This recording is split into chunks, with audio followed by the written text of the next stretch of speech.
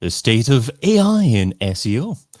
What is the current state of AI in SEO? How is AI impacting the formation of an SEO strategy? How is AI currently impacting content strategies? And what are the best AI tools available for SEO at the moment? I'm your host, David Bain, and that's what we're covering today on the Majestic SEO panel. So without any further ado, let's get the panel to introduce themselves, starting off with Annika. Hi, so I'm Annika. I'm the SEO director at Seeker Digital.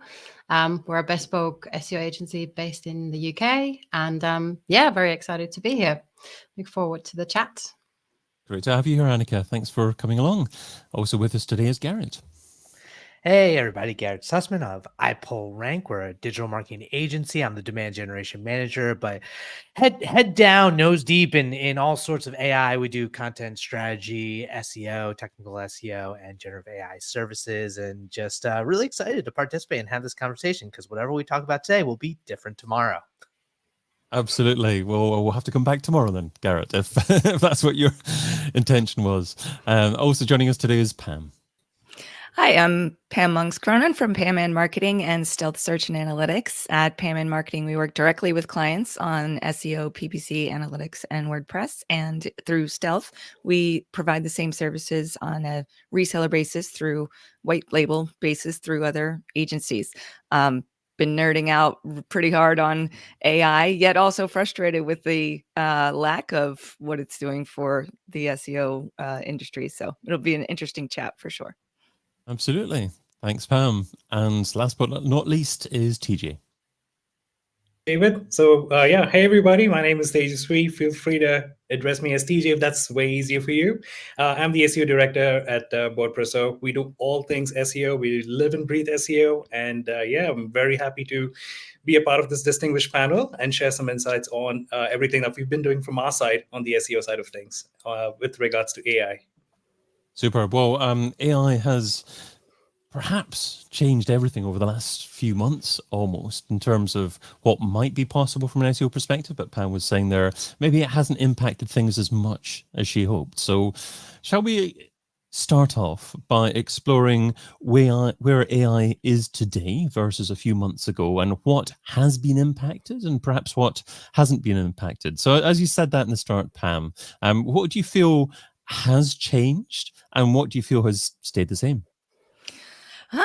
Well, so far, what's changed is I think that a lot of SEO tool companies brands are marketing themselves with the buzzword AI. And maybe they do have a small component of their platform that is AI driven.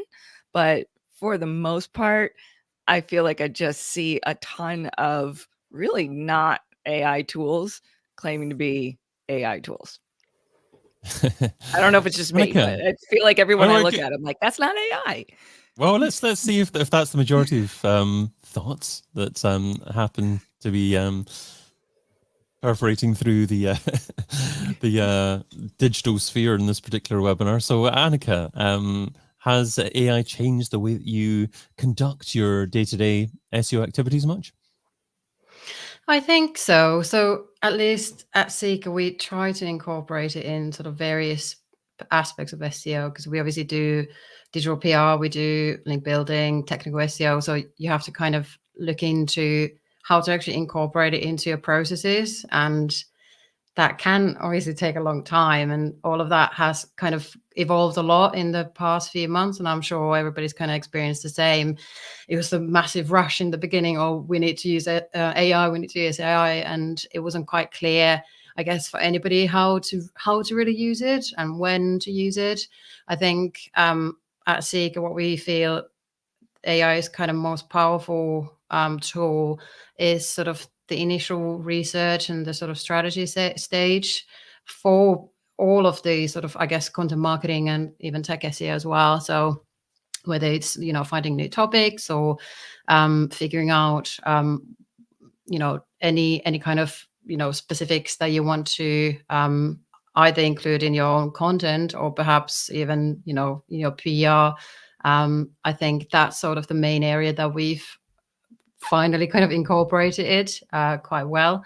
I do understand what Pam mentioned there about sort of like few different SEO tools and AI tools marketing themselves. Obviously, it's quite nice that, you know, the sort of more bog standard and most common SEO tools are now trying to incorporate AI as well, just to sort of assist the existing user base, which obviously sometimes means that, okay, the price might get a bit higher, which means that maybe it's not so accessible for certain, perhaps, you know, freelancers or small agencies. But I think, yeah, generally for us, definitely it's always sort of seeking what's the best one. It's quite difficult to pinpoint, I guess, one tool, and often you have to jump from one to the other. So which is the same with, I guess, any SEO tool as well. So yeah, I think LLMs have been surprisingly good for us. Obviously it's all sort of beta still for most parts, and very much sort of expecting sort of high, having high expectations on even the next few months on like what things will look like and how they can be operated by basically anybody. But yeah, it's quite a weird environment, I think, at the moment, because we're kind of the big initial push has kind of slowed down a little bit. People are kind of stepping back and reviewing how they actually want to use AI. So yeah, I think it's going to probably change a little bit to a different direction moving forward. Okay, so initial research and strategy was what you started off with there, Annika. You also alluded to the fact that maybe you've tried AI in certain areas but pulled back a little bit. Can you maybe give an example of one or two areas in which you have tried to use AI in but decided perhaps your more conventional processes are better to stick to at the moment? Well, I guess, again, it's very much like an experimentation, trial and error. So although we might have failed in one thing, it doesn't mean that we won't try it again. But I think it's quite common, I assume, especially with this panel as well, is that tech SEO can be quite tricky to have AI incorporated into those processes. Often, you know, we're talking about sort of, you know, pulling data and analyzing data. Often, you know, there's potentially at the moment a limit to how much you can trust AI in terms of understanding the whole, the brand, the business, what's the expectations from whether it's a client or a stakeholder. So perhaps, you know, things, I think my initial idea was I'll do all the meta-titles, all the internal linking using AI, but actually the reality is perhaps a little bit different. Some sort of more conventional SEO tools are, you know, surprisingly good at these. For example, we used to use Ahrefs for sort of internal linking recommendations, whereby we still had the human aspect of checking, editing, and making the effort of making sure that the output in the end was good enough. So yeah, I think there's a bit of a, you know, playing around with whether it's an SEO tool or an AI tool, because sometimes you might need to use them both at the same time. Got you. Okay, so it's very much testing, learning, seeing what tools are right for you as a business to begin with in your particular industry sector that you happen to be in. And it's not a case of one size fits all. You just have to see what's right for you. Garrett, what about you? How have you seen AI evolve and the way that AI is used by SEO over the last few months? Yeah, I think there's a lot of great education that's happening. I mean, that's been the big thing, is understanding like the limitations of what it can and cannot do. Like, you know, other panelists already mentioned, it's, you know, there are people out there who want this like one button to do it all for you, and that's not what it is. There's been a lot of trial and error. I mean, ever since ChatGPT came out over, you know, 14 months ago, because, you know, machine learning's been around for over a decade at this point. The AI element of it has become more mainstream for SEOs. And so I think when we realize that, you know, there are hallucinations, you always need the human in the loop, a certain amount of like QA, whatever processes you're doing, then you can kind of tailor the AI workflows to speed up what you're able to do. You know, so it's not going to do it for you, but you can do things more efficiently. You can do it faster, whether it's, you know, categorization, you know, something that someone would like literally go and check every single one, you know, that takes forever, you can use AI to speed up that process, and then you can just comb through and make sure, you know, it gets like 99% right, and you can do that faster and faster. So I think the next step is really the customization. That's something we've been doing potentially with clients who are interested, because people have different perspectives and opinions of AI. You know, some clients are all in and saying, let's experiment, let's try things. Others are like, we don't do that. And so, you know, things like taking content and putting it through like a brand guidelines AI reviewer type of tool that we're building out with custom GPT would be an option for, you know, using it. So there's still a lot of experimentation, but we're finding use cases that are effective. You touched upon brand guidelines there as well, and you also touched upon hallucinations earlier on. If you train what the AI is doing for you well, and you keep everything to one conversation, is it not possible just to try to ensure that you don't have any hallucinations, or is hallucinations something that SEOs do have to continue to worry about no matter how well they go about training the AI? Well, here's the thing is why I don't think, you know, SEOs is going to be an industry that's ultimately eradicated by AI, is you still need a certain amount of like knowledge, foundational knowledge of how it all works to be able to know how to guide the AIs.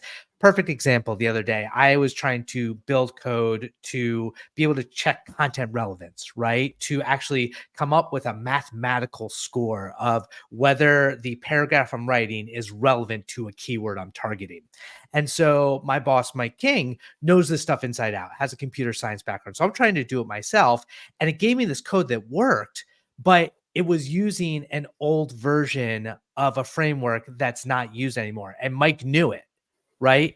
And so my point is with SEO, we still need all this foundational knowledge to actually make sure that it's doing the right thing. You can't check for hallucinations if you don't know whether the hallucinations are correct or incorrect, and you can't spend all your time researching. So I do think that, you know, as SEOs, we can apply our expertise to, it's not perfect yet, but personally, I think in the near future, we're going to start solving a lot of these hallucination problems.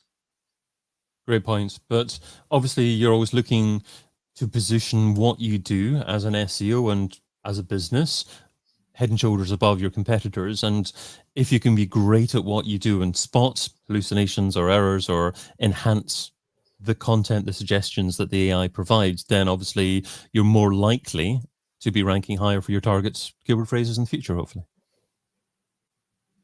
Yeah, absolutely. I mean, you still need the QA, right? Like you never want to put, whether you're working with AI or an actual like subject matter expert who gets it wrong, you know, you got to make sure that the content is accurate, useful, helpful, and serves your audience. So I think right now there's a little more handholding. The scary thing is, you know, how much worse is some of these AI outputs than like super junior team members anyway? You know, I feel like it's getting closer, which that's a tricky thing to navigate, but I think there's truth to it.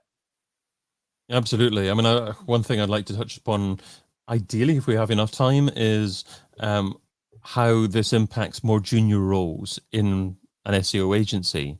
Are we still training SEOs in the same type of way? How do people get started when, to a certain degree, their competition is also AI as well? But maybe we should just park those thoughts for a second. And TJ, ask your thoughts. How are you actively using AI within your current SEO activities? And maybe how has that changed over the past few months? Absolutely, David. So obviously when OpenAI came out, like, you know, last year or so, everybody came in, they started to write prompts for content generation. That was the primary use for it. It was to take the vanilla aspect of whatever the output was from the 3.5 model and then put it onto your blog and just hope that Google would rank you better. So what evolved since then is better prompts. People understood that you need to make sure that the language model can understand how can you prompt better. And that definitely gave a better outcome in terms of the output from ChatGPT. And the second thing that has evolved over time is programmatic SEO has become a massive topic. We have major enterprises, we have startups, we have mid-sized companies that are leveraging programmatic SEO to build content at scale. But this has a major implication because there's a layer of AI on top of it, which primarily comes from OpenAI's API. And when you want to generate content using the API, you have a lot more flexibility by setting what kind of parameters you want to choose for. Let's say you want to, have creativity to be extremely low when you're dealing with a client that's in the law firm, for example. You want the output to be as accurate as possible. And when you want to generate that specific content for, like, let's say, accident insurance for Miami, accident insurance for like Houston or something, there are local regulations, state level regulations that come into play. So it's really a matter of how we better structure our prompts, how we leverage the parameters from OpenAI to make sure that we don't, let hallucination, we don't let the high level of creativity bring in a lot of misinformation, affect the overall output of your content. So that's the kind of evolution that we've been seeing so far. The second evolution comes from the technical SEO space. From the technical SEO space, like you mentioned, like Garrett mentioned, there isn't one big button that you can push and that can, generate every single, the ideal use case that you could use. But one aspect that we are definitely seeing a lot of relevance and promise is with log analysis. So we are able to build custom GPTs using the language 4 model. We're able to upload a lot of data in the form of logs back to GPT, and then try to build out good prompts that can spit out good insights that we can like understand, see where are the actionable places that we can like improve our page relevancy for certain keywords, as well as identify opportunities where we can elevate these pages that has a lot of promise, but that hasn't necessarily been structured the right way in the site architecture. So these are the ways that we've been evolving the way we are structuring our AI strategy from BotPresso so far. Superb. I'd love to, I guess, understand a little bit more about specifically what you're looking for within logs. What kind of prompts do you provide initially to provide a direction to the AI? Absolutely. So one of the first things that we do is we just take the raw logs, and then we feed it into the custom GPT. And then we set up prompts like we also have to define constraints. In order to get the right information, it's really important when we build out the prompts to first set out the list of constraints that the bot has to take into consideration. Well, not the bot, but GPT. And once the constraints are defined, it's all about us asking for questions, what we think will be valuable in order to make the right decisions for improving the site architecture for a specific subfolder or a specific subdomain, or an individual page which might have a lot of value but isn't necessarily getting the right indexation, and therefore not the right ranking. So these are the kind of questions we try to structure the prompts with. And on a high level, defining constraints, making sure the data that you're feeding the custom GPT is accurate to a certain degree. So when we also extract a lot of raw logs, there can be opportunities for false positives to come into picture as well.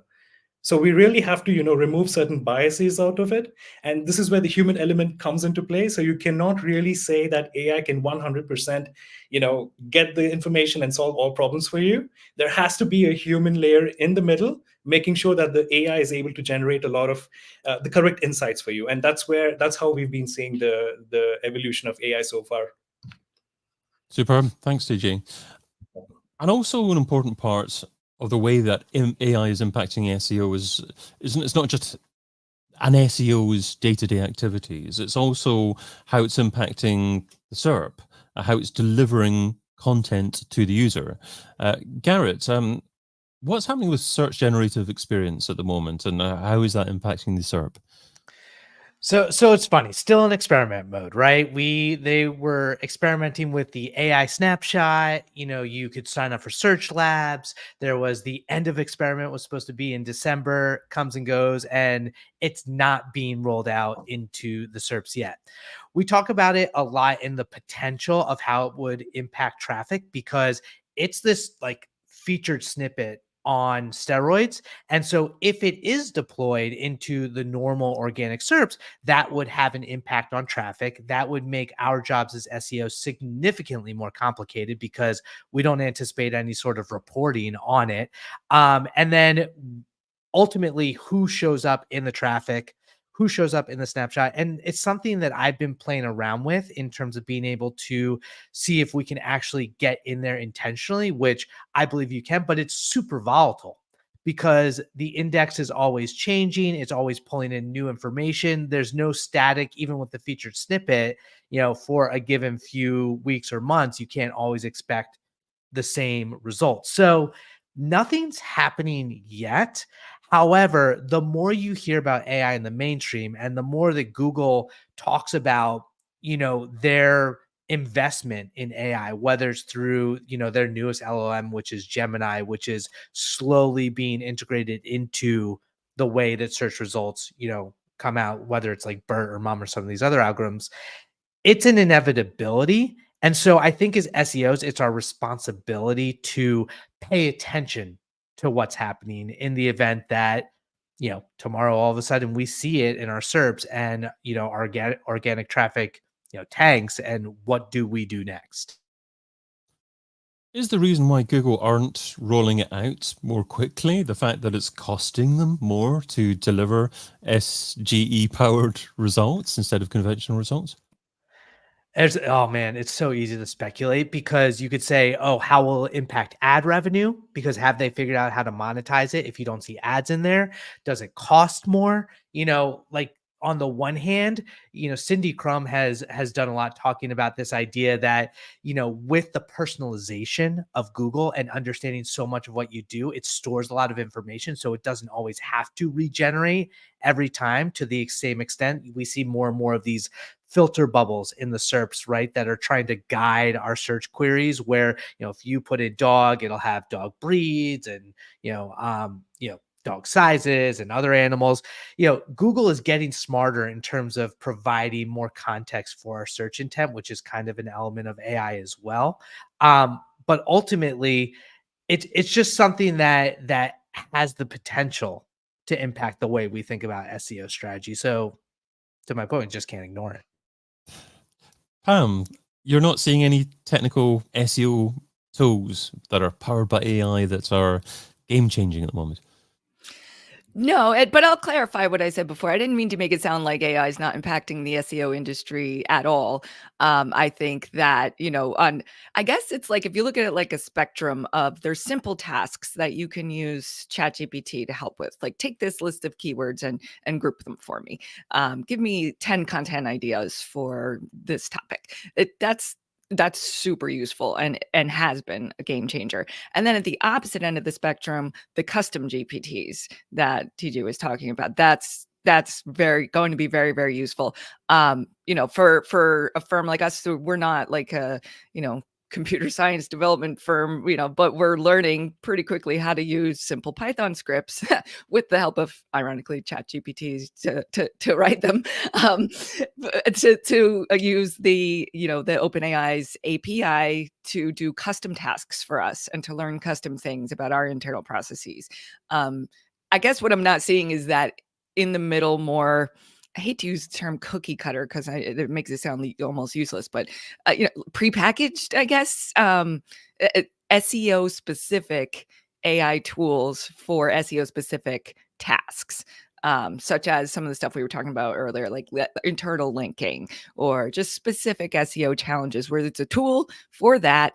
You could just have it do, and with, of course, the human QA, but you could have it do a large amount of it instead of all this endless prompt engineering or custom GPT designing where you're trying to ask ChatGPT the right thing in the right way or program your own custom thing the right way. And then the other challenge with either of those is storage.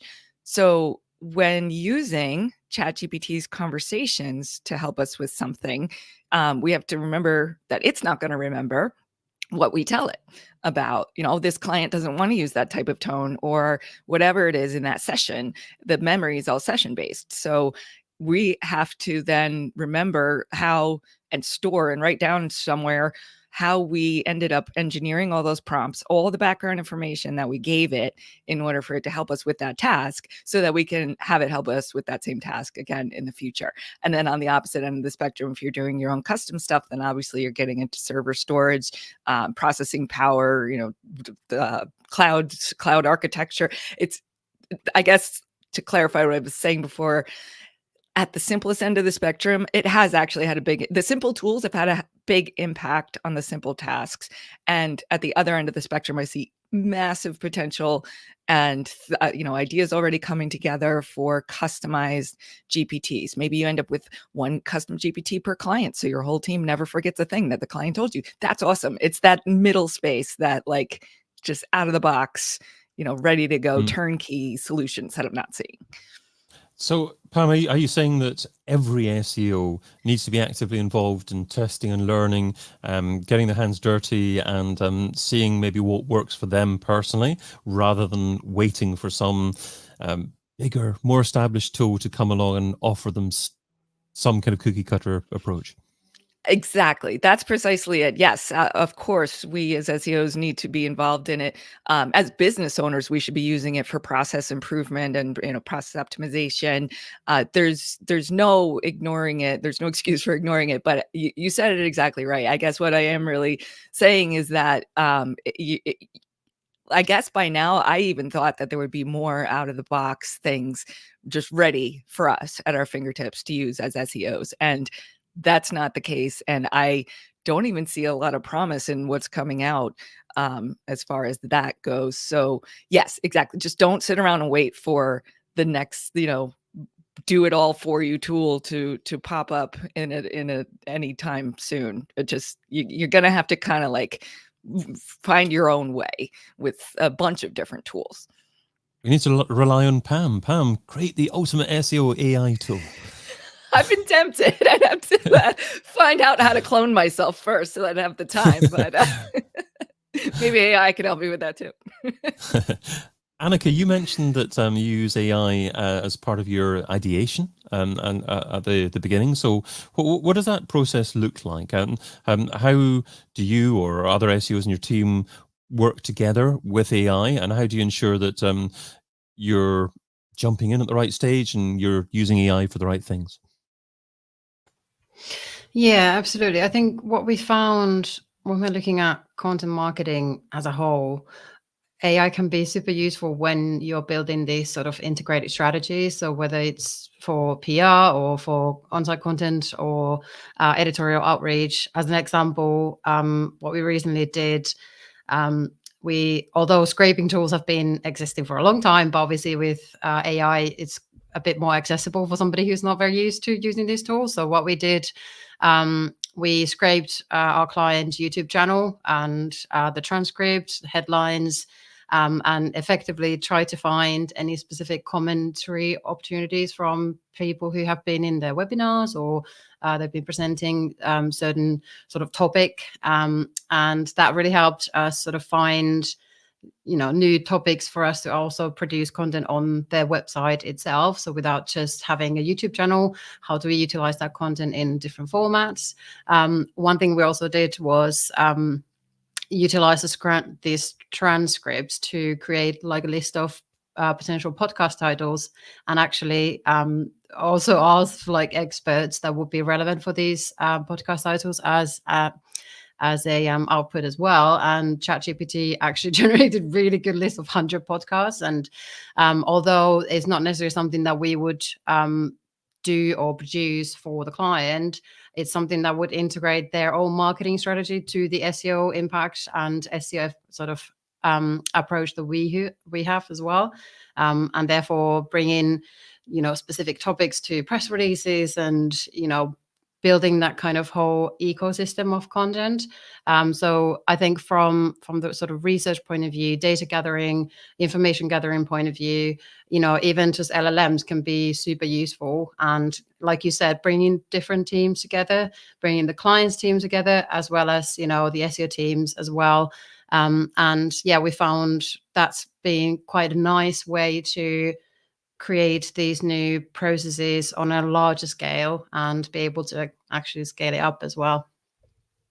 TJ, what are your thoughts on this? How do you bring out human expertise, but also utilize AI at the same time? That's a great question, David. So I think I'll have to draw back to my own experience where coming back to like when you want to build out a custom GPT, right? You have a lot of human influence that goes into building out the custom GPT, because when you're setting out the right prompts, when you're setting out the right constraints, that's purely coming from the human factor. And how we directionally set out building out that custom GPT, for example, for whatever purpose that might be, will define what the outcome of that GPT would be. So you could take the example of, getting insights from log analysis. It can be getting insights from building out an outline for a blog that you wanted to rank first. So, there's various use cases on how we can potentially achieve whatever our objective is, but that would be directionally influenced by the person actually defining the constraints, the outcomes, and the prompts overall. And I feel when you start out, when you go real hand and you start out working with your hands perfectly with those prompts and with those GPTs and so on, you will make mistakes at first, and that's something that is totally acceptable, and that's something that we should be all comfortable with, because we'll not get it right the first time. Because once you're able to achieve a certain scalability for, let's say, a certain use case with regards to a certain chatbot that you're building out, you will see that there can be other use cases that come into the picture which you haven't factored in, and then you'll have to go back to the drawing board. You'll have to go back and then destroy your prompts and then come up with a better structure where you can actually get an even better output when you're trying to scale out the prompt. And that's how I see the human influence actually playing out. And I feel like that is the biggest and the most important factor to the success of AI. And it all starts from how we go ahead and set out our strategic thinking to building out the AI success for a use case. Garrett, I'd like to take you back to SGE just for a moment. What are your thoughts on how to optimize your content to make it more likely that you're going to feature in SGE? Is there anything different that SEOs need to be doing to their content to make it more likely to feature in there? And do you want to be featured within those results? Oh, some good questions. I do feel like it's the same sort of mindset as wanting to be in the featured snippet. It's frustrating for SEOs because on the one hand, Google's taking your content and generating an output and giving you maybe a little link at the bottom of it. And so regardless, you do appear above the organic SERPs and you have a little more visibility, but not always in the way that we want. I think with SGE, it's still evolving, right? So we don't even know what it'll look like when it rolls out. There was a little carousel that gave you an opportunity for people to go to your website if they used your information in the output, and they removed that recently, and now they're just sourcing it like citations. That said, the epiphany that Michael King had was that the way that SGE creates the content is by using Fraggles, content chunks. Cindy Crum again talked about that. This idea of Google's getting better at identifying little passages, and we've heard about this with passage rankings within the document of your content, being able to pull out little insights. And so that's kind of how SGE works. It looks at these different Fraggles, these content chunks, and uses that to build out the AI. And using mathematical formulas, you can identify how relevant your content is to the targeted keyword, to these chunks that you want to be pulled in. So it's a lot of trial and error still. It's not like the normal organic SERPs that depends so much on authority and backlinks and the entire structure of your website. It's just this chunk and relevancy. I anticipate that'll change, but for the time being, the way that I'm kind of looking at it specifically for informational SERPs is there are also 3 content types. There's just paragraphs. There are breakouts where it has like a kind of headline and then a little sentence and then bulleted lists. And so trying to make sure the relevance of the content mathematically matches it, and then also making sure the content type matches it. And there's a tool actually from Market Brew called it's a free SGE visualizer that allows you to check your content similarity score to your keyword. So that's operationally how I've actually been testing that out. And that neatly takes me onto the tools, the AI tools that you would actually recommend at this moment in time. Is that the tool that you'd like to recommend, Garrett, or do you have something else in mind as well? Yeah, in the context of SGE, absolutely. And then in the context of just AI processes and content creation, I'm still, you know, and TJ has been mentioning, is just the custom chat GPTs, finding ones that work for whatever your specific purpose is. Lydia Infante built one for schema, person schema. So the idea is taking any information, biographical information about yourself, answering questions, and then having chat GPT build out the JSON for the schema, the structured data that you could then put onto your site and kind of give Google the hints or the information about who you are to potentially influence your EEAT, which is one of those controversial signals. Well, so I won't even say factors that's been popping up in the SEO community.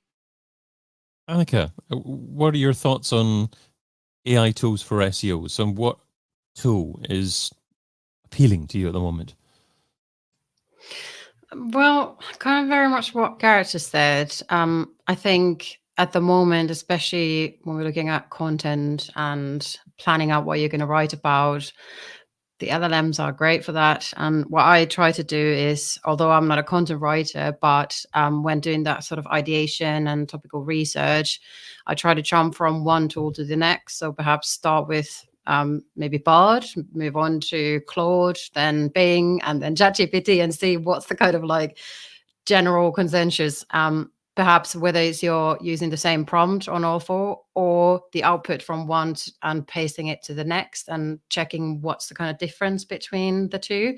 I found personally that Claude can be quite sort of creative at writing. It can be quite good at sort of following your tone of voice, whereas Bard is good at summarizing what you might want to say. ChatGPT perhaps a bit more analytical. So it's quite good to kind of try to get those different points to whatever content you're writing, whether it's an email or if you're writing sort of FAQs for a blog article, for example. So yeah, I think sort of mixing and matching. There's obviously other writing tools like Lex or LEX. They can be handy because then you can decide what are the elements that the tool actually focuses on when you want it to be edited. So instead of having different rounds of editing within your team, you can get the AI to edit your first draft first, and then perhaps getting edited by somebody in your team afterwards. That's a great tip to actually try different AIs and don't just rely on, maybe you're in ChatGPT all the time and you think that that's the best tool for the job, but not necessarily. And you need to see different answers, and obviously different people who are using AI as some form of search engine will be seeing different results. So you need to, like in conventional SEO, check all your different search engines and see the results that your users are more likely to get. Pam, what are your thoughts on current tools that you're using? Current tools. So yeah, I think that ChatGPT is still king for the average user, even, for those that are in a digital marketing agency that maybe, do understand the complexities of AI, but just don't have the time to build out their own custom stuff right now. ChatGPT is still king, I think. But as I was saying before, the prompt engineering work that goes into it, just make sure that you're organizing that efficiently. So basically, one of my favorite tools at the moment is the add-on called GPT for Sheets. So we use Google Sheets for like nearly everything. And so, but even if you hadn't been using it, just at least use something like that for your prompt engineering, your prompt storage, your background information. You could have like a spreadsheet for each client and, store in one cell the background information, and then the typical prompts you use to help with, let's say, content ideation for that client, and just anything else. Like some of my prompts have gotten to be like a page long, but it's priceless to just have that. You nailed it. You finally got it. You played with ChatGPT enough for it to finally give you what you were looking for. Remember to save that, and then even automate that a little bit further by using an extension like GPT for Sheets, where it can just, instead of you even having to copy paste from like a Google Doc into the ChatGPT interface again, it's all just there. So you could just start where you left off. Has anyone been testing Grok? The name alone makes me like, ew, I don't want it. I just I muted Garrett and a hysterical laugh. I mean, if the groundswell of hype around it becomes worth checking out, I will check it out. But I don't know. It's funny. It speaks to brand marketing how despite spending time on X, it has such a bad taste in my mouth. That same way with like Meta to some extent. It's like Meta has put out Llama and a couple of these open source tools, and yet I'm like nervous around Facebook, but I mean, OpenAI is doing shady things too. So it's all these tools and brands. It's hard to choose, pick your poison to some extent. TJ, what AI SEO tool are you enjoying at the moment? So David, I feel like if you look at all the AI startups like in a big sheet, and you lift out the wrapper, the front end wrapper, you're going to find the OpenAI API like 85% of all AI startups, right?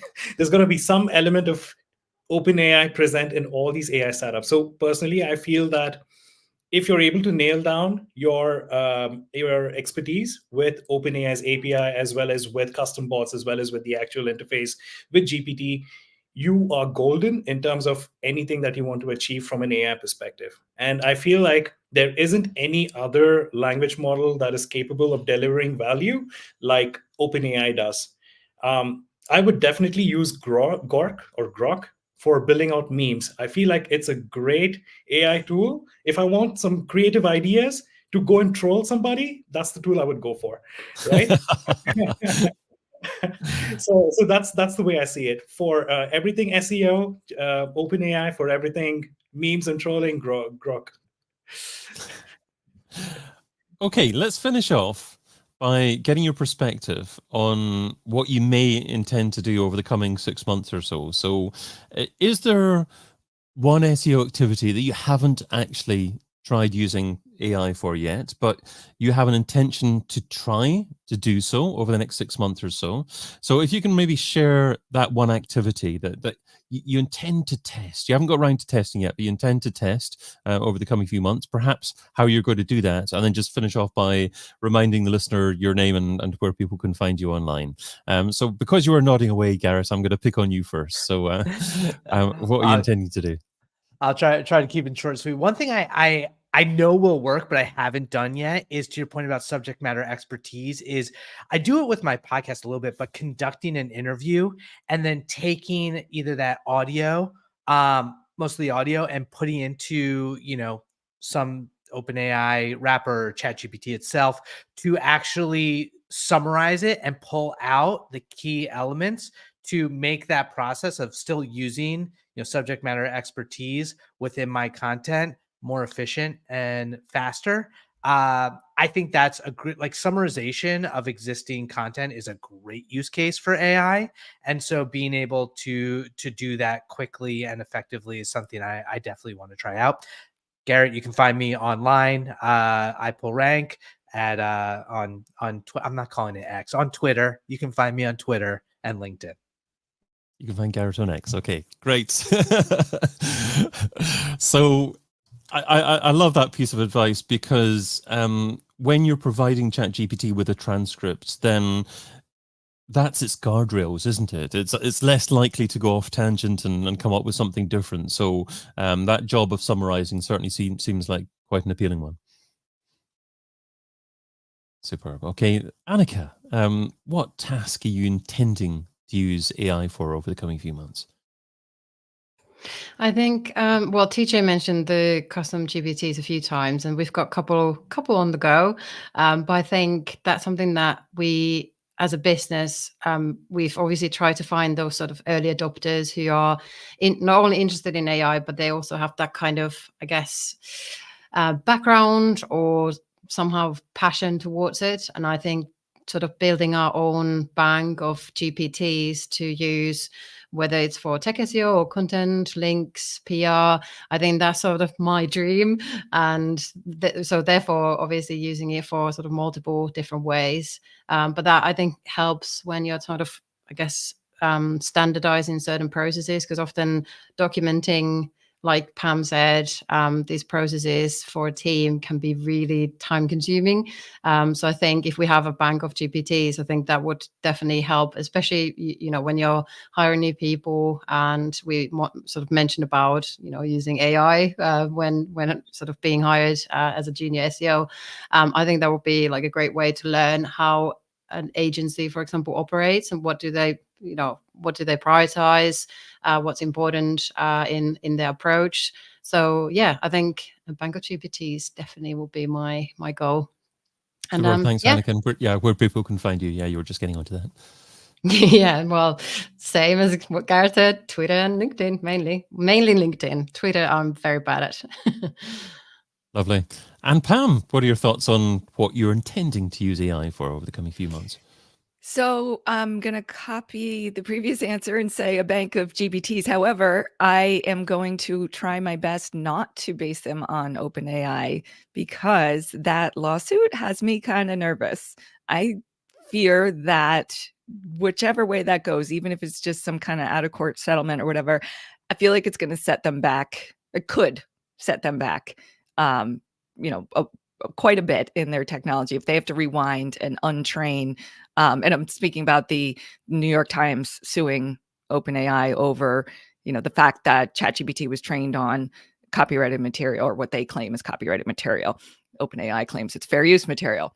Whatever outcome may come of that, I don't want to get into a place where I've built a bunch of custom GPTs off of the OpenAI API that then all of a sudden drastically changes. So I am going to take my custom GPTs offline and start using some open source models and my own.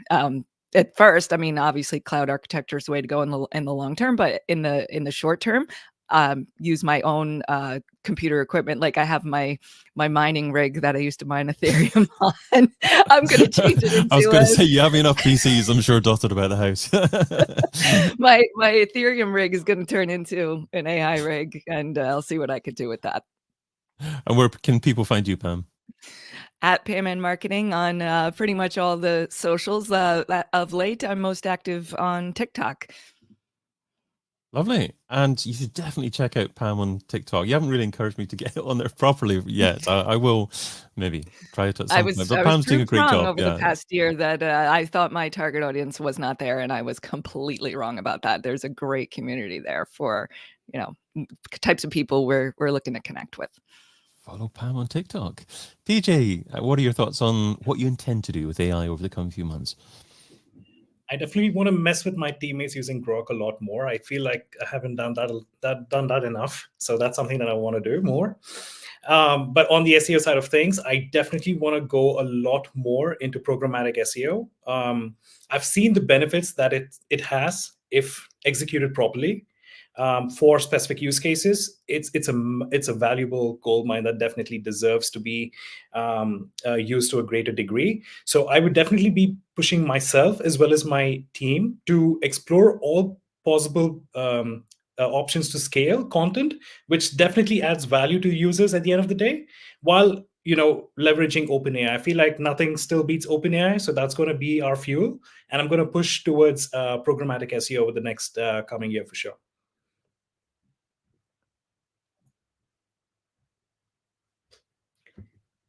David, and where can people find you, TJ?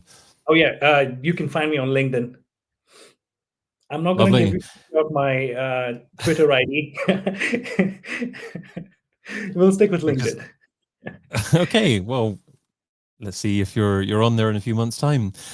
We've had a wonderful discussion today, a great panel. Thanks again to Annika, Pam, TJ, and Garrett. I've been your host, David Bain, and you've been listening to the Majestic SEO panel. If you want to join us live next time, sign up at majestic.com/webinars. There were quite a few people watching us live this time, but not a lot of interaction. I'm sure you're just enamored with the wonderful information shared. Of course, you can check out the other series as well that we produce over at SEOin2024.com. But for now, bye-bye for now.